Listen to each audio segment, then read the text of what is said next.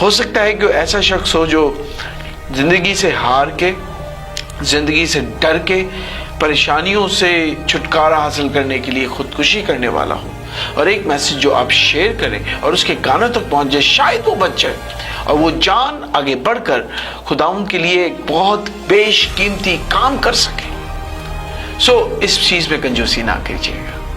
اگر آپ تک یہ میسج پہنچ رہے ہیں اور آپ سن بھی رہے ہیں، اپریشیٹ بھی کر رہے ہیں، لائک بھی کر رہے ہیں، تو most important thing is to share it, کیونکہ خداوند کا کلام جتنا ہم بانٹیں گے اتنا ہی برومند اور طاقتور اور اثردار، پر اثر ہوگا۔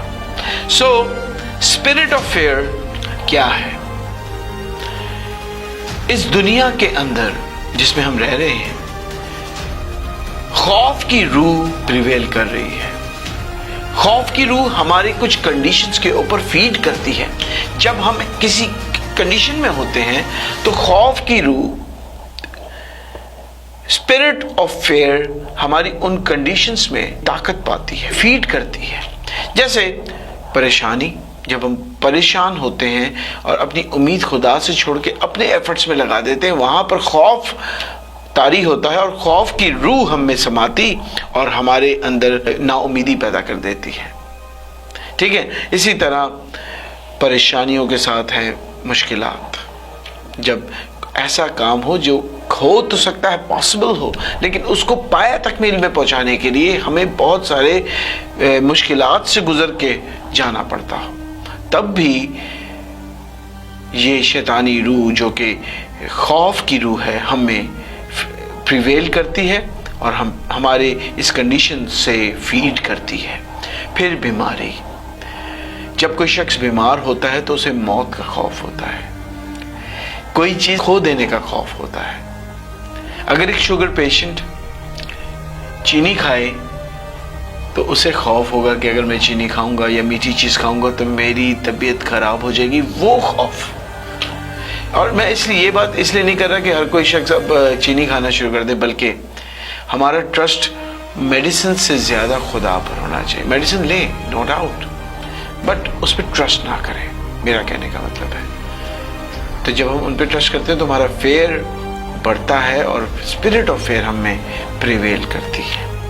پھر ڈیزاسٹرز، آج کل دنیا ڈیزاسٹرز اور پینڈیمک سچویشن میں برے حال میں گزر رہی ہے، اور اکانومسٹ دنیا کے، اور شاید تھوڑا میں بھی اس چیز کو بلیو کرتا ہوں کہ دنیا اب ایک بہت بڑے کال کی طرف بڑھ رہی ہے، اور اس کال، اس ڈیزاسٹر سے جب ہم ڈرتے ہیں تو ہمارے اندر جو خوف کی روح ہوتی ہے وہ پریویل کرتی ہے۔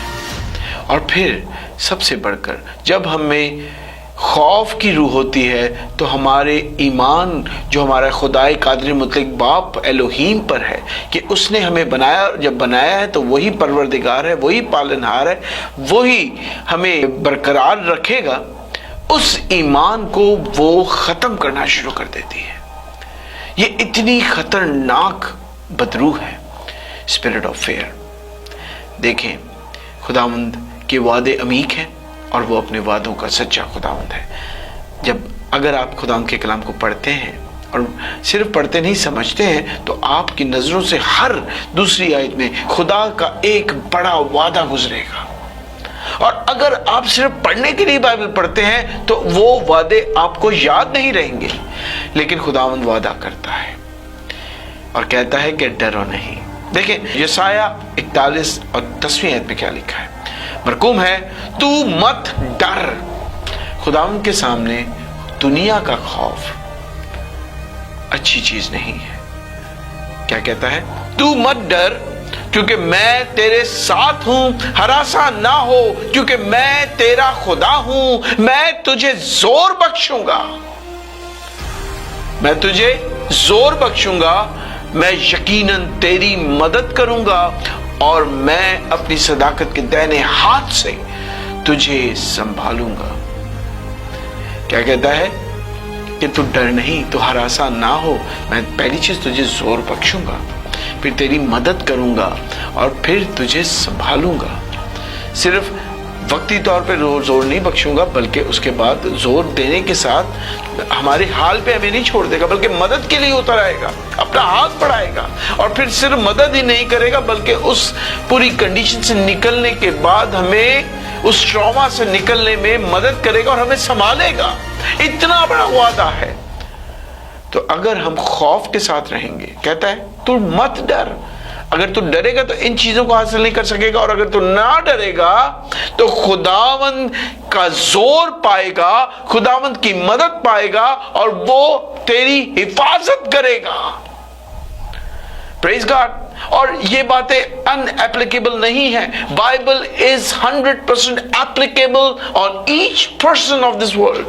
ہر شخص جو دنیا میں رہتا ہے اس کی زندگی کے اندر بائبل مقدس ایپلیکیبل ہے، ایک ایک آیت ایپلیکیبل ہے، پوری اترتی ہے۔ تو جب یہاں خداوند وعدہ کرتا ہے تو اس وعدے پر ایمان رکھیں اور ڈرے نہیں۔ دیکھیں، جس طرح خوف کی روح ہماری کنڈیشنز پر فیڈ کرتی ہے، اسی طرح ہمارا ایمان، کیونکہ خوف کا متبادل، خوف کا برعکس، خوف کا opposite faith ہے۔ If you have fear, you cannot have faith. If you have faith, you will never have fear. اگر آپ پہ ایمان ہے تو آپ خوف نہیں کریں گے، اور اگر آپ کے اندر خوف ہے دنیا کا تو آپ کا ایمان کچھ کام کا نہیں۔ تو جس طرح وہ بھی فیڈ کرتی ہے اسپرٹ آف فیئر، اسی طرح ایمان بھی فیڈ کرتا ہے، خوراک حاصل کرتا ہے۔ کس سے؟ خدا کے زندہ جلالی کلام سے۔ جتنا ہم کلام کو سیکھیں گے، پڑھیں گے، کلام میں مشغول رہیں گے، آپ کی زندگی سے خوف دور ہو جائے گا، خوف بھاگ جائے گا۔ جتنا ہم اپنے بنانے والے کو سیکھیں گے، اسے جانیں گے، اتنے ہی ہم زیادہ مضبوط ہو جائیں گے، گراؤنڈڈ ہو جائیں گے، اتنے ہی زیادہ ہم انشیکبل ہو جائیں گے، اتنے ہی زیادہ ہم اپنی جگہ پر اٹل رہنے والے ہو جائیں گے۔ ہمیں اپنی زندگیوں سے خوف کو نکالنا ہے اور اس کی جگہ خدا کے کلام کو پڑھنا ہے، کیونکہ فلپیوں 3:10 میں بہت پیاری بات لکھی ہے۔ دیکھیے گا، سنیے گا، غور سے سنیں، اور میں اس کو اور اس کے جی اٹھنے کی قدرت کو اور اس کے ساتھ دکھوں میں شریک ہونے کو معلوم کروں گا۔ کتوں معلوم کرو گے جی؟ کتوں؟ خدا ان کے زندہ جلالی کلام سے معلوم کروں گا، اور اس کی موت سے مشابہت پیدا کروں گا۔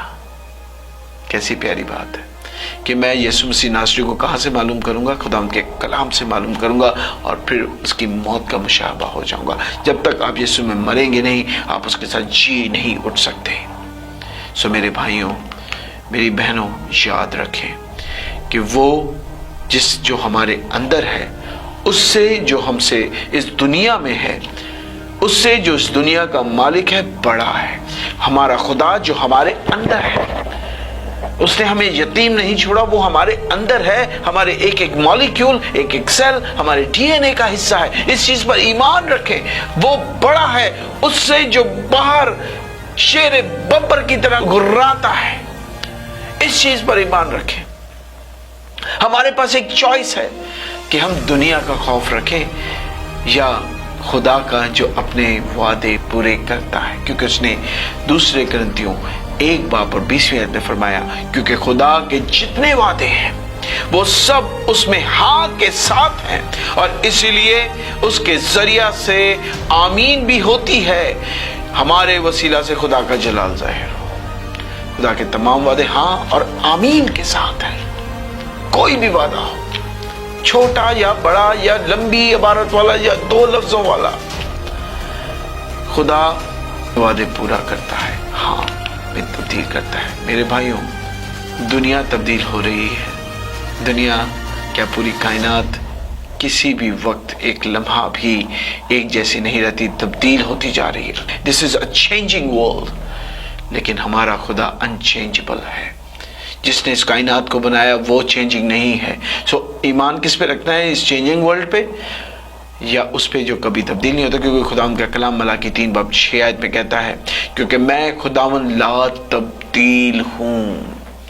سو اپنا فوکس اس دنیا پر نہیں جو کہ بدلتی ہے، اپنا خوف اس دنیا پر نہیں جو کہ بدلتی ہے بلکہ اس پر رکھیں جس نے اس دنیا کو بنایا، جو لا تبدیل ہے، جو آدم کے ساتھ بھی ویسا تھا جو آج ہمارے ساتھ ہے۔ خداوند اس زندہ عمیق کلام کے وسیلہ سے آپ سب کو برکت دے۔ خداوند آپ کے ساتھ ہو، خداوند آپ سب کو برکت دے، خداوند آپ کو لمبی حیاتی دے۔ Stay blessed. Amen. May God bless you.